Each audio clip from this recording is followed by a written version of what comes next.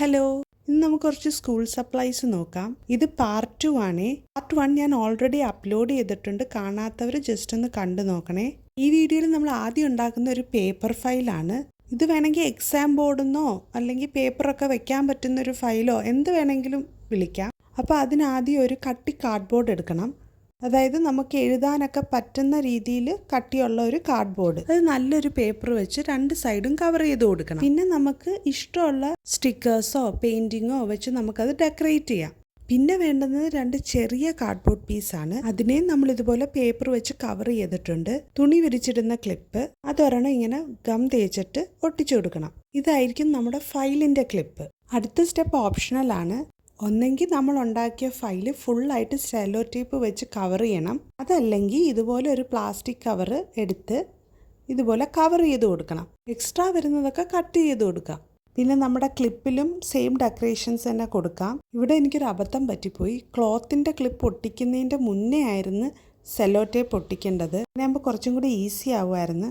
നിങ്ങൾ ചെയ്യുമ്പോൾ അതുപോലെ ചെയ്താൽ മതി. അതുപോലെ തന്നെ എല്ലാവർക്കും ഉണ്ടാക്കാൻ പറ്റുന്ന രീതിയിലാണ് ഞാൻ ഈ ഫയൽ ചെയ്തേക്കുന്നത്.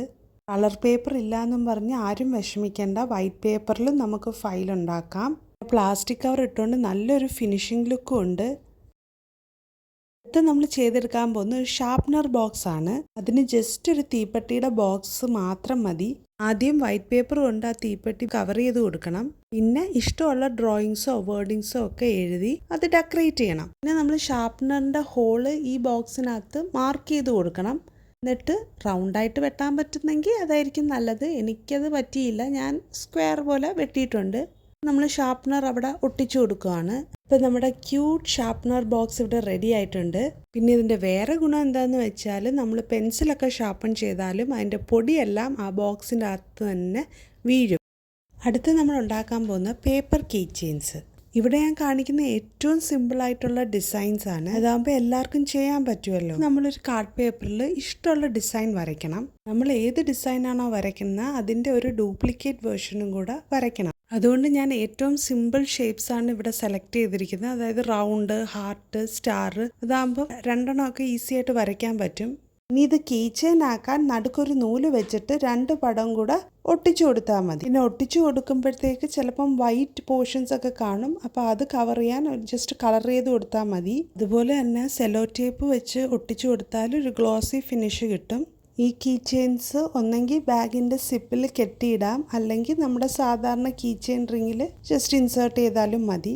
അടുത്ത് നമുക്ക് കുറച്ച് ബാക്ക് പിൻസ് നോക്കാം. അപ്പം നമുക്ക് ഇഷ്ടമുള്ള പടങ്ങൾ ആദ്യം വരയ്ക്കുക.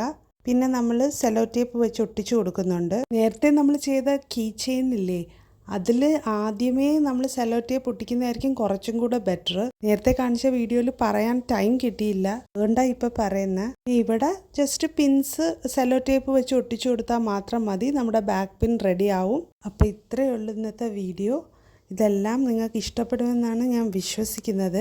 ബാക്ക് ടു സ്കൂളിൻ്റെ പാർട്ട് 1 നിങ്ങൾ കണ്ടിട്ടില്ലെങ്കിൽ പ്ലീസ് കണ്ടു നോക്കണം. പാർട്ട് 1ൻ്റെ ലിങ്ക് ഞാൻ ഡിസ്ക്രിപ്ഷൻ ബോക്സിൽ കൊടുത്തേക്കാം. അതുപോലെ തന്നെ പേപ്പർ സ്കെയിലും ഇറേസറിൻ്റെ ഒക്കെ വീഡിയോ ഞാൻ ഷോർട്സ് ആയിട്ടാണ് ഇട്ടത്. അതിൻ്റെ ലിങ്കും കൊടുക്കാം. അപ്പോൾ അത്രയേ ഉള്ളൂ ഇന്നത്തെ വീഡിയോ. അപ്പോൾ അടുത്ത വീഡിയോ കാണുന്നവരെ ബൈ.